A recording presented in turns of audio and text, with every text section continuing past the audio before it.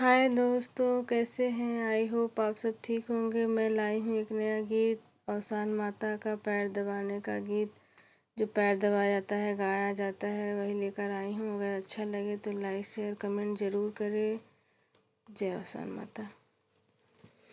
अंगने चौक चढ़ी बैठी औसान मैया के न दाबैना हो के न दाबैना।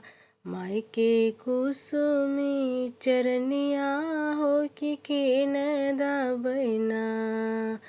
माई के कुसुमी चरनिया हो के न दाबैना।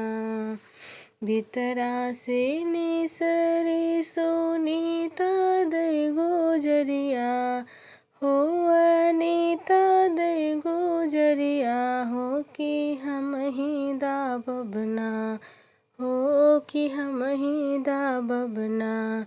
माई के कुसुमी चरनिया हो कि हम ही दाबबना। दावत दावत मैया बीती गई पहरिया हो कि बीती गई पहरिया।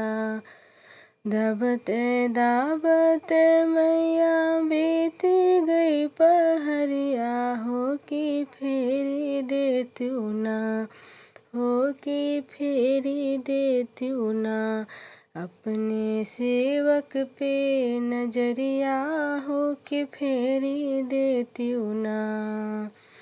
जुग जुग बाढ़ सेवक मांगिया से कोखिया हो कि जुड़ी जुड़ना हो कि जुड़ी जुड़ना।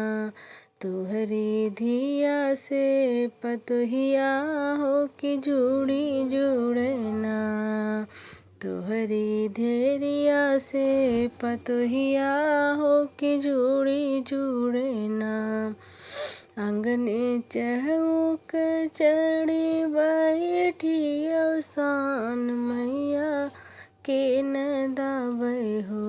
माई के कुसुमी चरनिया हो कि के न दाबै ना।